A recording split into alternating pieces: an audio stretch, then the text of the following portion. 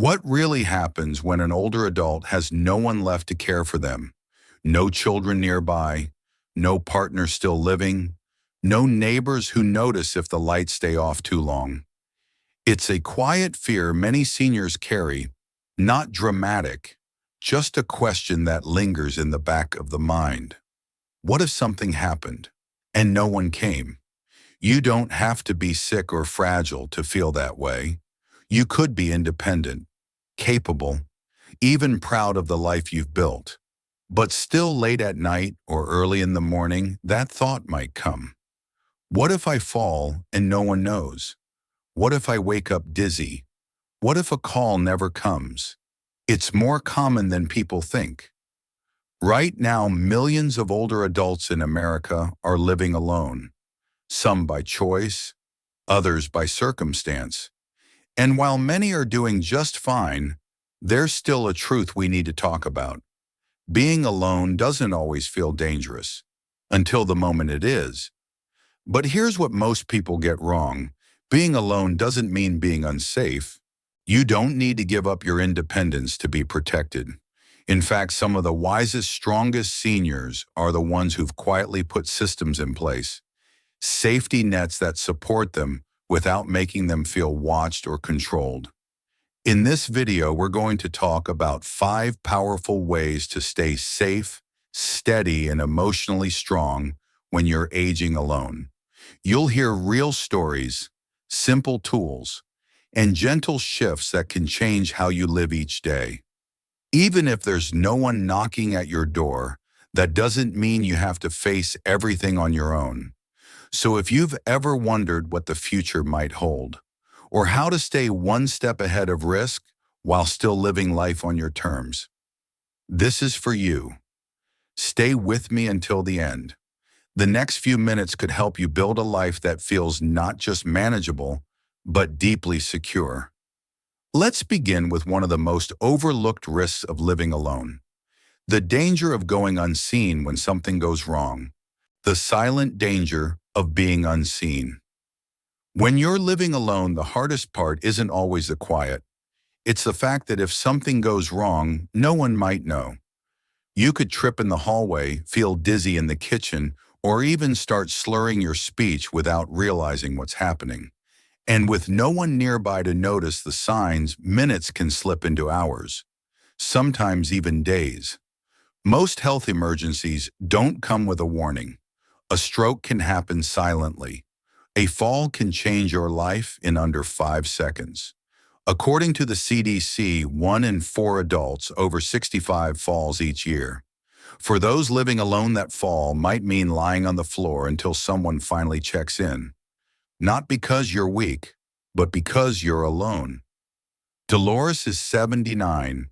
She spent most of her life delivering mail in her Kansas hometown. Rain, shine, snow. She never missed a day. After retiring, she enjoyed her quiet mornings, coffee, crossword puzzles. But one afternoon, she stood up too quickly and fainted in the kitchen. She doesn't remember the fall, only waking up hours later on the floor, cold and confused. Her phone had slid under the table. She couldn't reach it. No one checked in until a neighbor noticed her curtains hadn't moved in 2 days. She recovered. But it shook her, not just physically, but emotionally. For the first time, she realized that living alone without a plan wasn't just uncomfortable, it was risky. That's the hidden danger of being unseen, not being witnessed when it matters most. And it's why the next step isn't about fear. It's about creating quiet protections, gentle systems that don't take away freedom, but build something even better. Peace of mind. Building a safety net without giving up. Freedom. Some people hear the word safety and immediately think of giving something up: their privacy, their space, their independence. But it doesn't have to be that way. In fact, the smartest seniors find ways to stay safe that feel invisible, like background music, always playing, never intrusive. A daily check-in routine can be as simple as a text message, a neighbor who glances at your blinds in the morning, a smart device that listens for your voice. These aren't signs of weakness. They're signs of wisdom. They say, I've thought about this. I've prepared. Take the example of a man named Glenn. He's 73, lives alone in New Mexico, and doesn't want anyone fussing over him. But after hearing about a friend who lay on the floor for 14 hours after a fall, Glenn decided to make one change. He set up a motion sensor in his kitchen. It connects to his niece's phone. If he doesn't walk past it by 10 a.m., she gives him a quick call. He told her, I hope you never have to use it, but it helps me sleep better just knowing it's there. Some seniors use apps that check in automatically. Others prefer old-fashioned methods, hanging a dish towel in the window each morning. If the neighbor doesn't see it, they knock. It's simple, it's private, and it works. None of these tools take away your control. They give you more of it. Because instead of relying on luck or hoping someone notices, you've made a choice to protect your tomorrow. And once that safety net is in place, it's time to look around. At the home you've lived in for years. At the place that's full of memories. Because sometimes the biggest risks aren't out there. They're right under your feet. The safety hiding in your home. Most homes weren't built for aging bodies. They were built for the way we used to move. Quickly, easily, without thought. But over time, things shift. Knees ache. Balance changes. Eyes don't adjust as fast from light to dark. What felt safe at 50 might be dangerous at 75. And the danger isn't always obvious. It's the loose rug in the hallway, the stool you still climb to get a cereal box, the bath mat that slides when you step out of the tub. They're small things, until they aren't. Lewis is 82. He lives just outside Portland. Every morning he waters his porch plants. One rainy day he stepped onto a worn-out doormat, slipped and hit the ground hard. His hip fractured. It was 6 months before he could walk without a cane. The porch. It had a tiny tear in the rubber backing, one he had stepped over for years. After his fall, Louis didn't just replace the mat. He took a slow walk through his whole house, cleared the hallways, lowered the things he used to keep on high shelves, added motion sensor lights in his bathroom. He even bought a new pair of slippers with a non-slip sole. He said, "My home finally fits who I am today, not who I used to be." That mindset makes all the difference. You're not giving up your memories. You're making space for your future. A home that supports you now, that protects you quietly. And once your space feels safer, it's time to think about what happens when something unexpected still breaks through. Not if, but when. Emergency thinking. Planning for the what-if moments. Emergencies rarely arrive with a warning, a sudden chest pain, a power outage during a storm, the phone sliding under the couch when you need it most.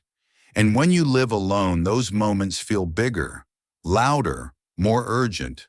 That's why having an emergency plan isn't about fear, it's about calm, about knowing you've already made choices that will protect you when it counts. Start with the basics. Emergency contacts should be printed, not just in your phone but posted near it. Add a copy to your fridge. EMS responders often look there first. Include your medications, allergies, doctor's name. Then think about tools. A flashlight that works, a phone charger that doesn't need to be found, a backup set of glasses, a few days of food and water tucked in the pantry for storms or power loss, and most importantly, a way to call for help when you can't reach your phone. Medical alert devices have come a long way. Some look like watches, others detect falls automatically. Some connect to neighbors or family. They don't scream dependency, they whisper peace of mind. None of us like to imagine the worst, But there's a quiet strength in preparation, a strength that says, I've thought ahead. I'm ready. And while these steps protect the body, there's another layer of safety most people forget, one that shields something just as fragile: the heart. Emotional anchors that keep you strong. You can have the safest home, a shelf of medications, a watch that calls for help. But if your days pass without connection, something inside starts to fade. Not all at once, slowly, quietly, like a lamp dimming over time. Being alone isn't always the same as being lonely. But for many older adults, especially those who've lost a partner or outlived their closest friends, isolation becomes the heaviest part of the day. It's not just about not having someone to talk to. It's about not being seen, not being needed, not having a reason to reach for tomorrow with energy. Science backs it up. Research from Harvard and the National Institute on Aging shows that chronic loneliness increases the risk of heart disease, cognitive decline, and early death. In fact, being socially isolated can be as harmful to your health as smoking a pack of cigarettes a day. Shirley is 76. Her husband passed 7 years ago. Her children live 2 states away. At first, she filled the space with chores and hobbies. She told herself she liked the quiet, but eventually she realized the silence wasn't peaceful anymore. It was hollow. One morning, she saw a flyer at the grocery store for a virtual storytelling group. Seniors reading to second graders over Zoom. She hesitated. It had been years since she spoke in front of others, but something inside her nudged her forward. Now every Tuesday at 11 a.m., Shirley logs on. She reads stories about dragons, pirates, and outer space. The children laugh. They listen. They ask questions. And when she closes her laptop, she feels something she hadn't felt in a while. Purpose. You don't need to be surrounded by people every day to feel connected. A weekly call with a niece, a neighbor who waves when you bring in the mail, a local club, a church group, a volunteer role you can do from home. These small threads weave you back into the fabric of life, and in those threads is strength. Connection doesn't just lift your mood, it protects your memory. It boosts your immune system. It gives you reasons to move, to eat well, to stay engaged. The truth is, aging alone doesn't mean growing invisible. Not if you keep reaching. Keep showing up. Keep reminding the world and yourself that you matter. If you've made it this far, I want to say something simple but important. You're not alone. Even if you live by yourself, even if the phone doesn't ring as often as it used to, even if no one checks in every day, there is still strength in you. There is still power in the quiet choices you make to protect your life. Living alone doesn't have to mean living at risk. It doesn't mean giving up what makes you independent. It means learning how to build safety into your days. Little by little, calmly, confidently, with wisdom, not fear. And here's what I hope you carry with you. You don't have to wait for a crisis to start preparing. You can make changes now. You can take small steps that protect your body, support your mind, and keep your spirit strong. Because the truth is, the people who age the best are not the ones who avoid challenges. They're the ones who adapt with grace, who look their future in the eye and say, I'm ready. So take what you've heard today. Choose one thing to begin with. Maybe it's setting up a check-in. Maybe it's moving that throw rug or calling someone you haven't talked to in a while. Whatever it is, let it be a sign that you're still shaping your life with purpose. And if you found this video helpful, I hope you'll stay with us. Like the video, subscribe to the Longevity Secret channel, and leave a comment below. Tell us what spoke to you, or share a story about your own journey living alone. Your voice matters more than you know. Until next time, take good care of yourself. You're stronger than you think, and you're not walking this path alone. We're right here with you, always.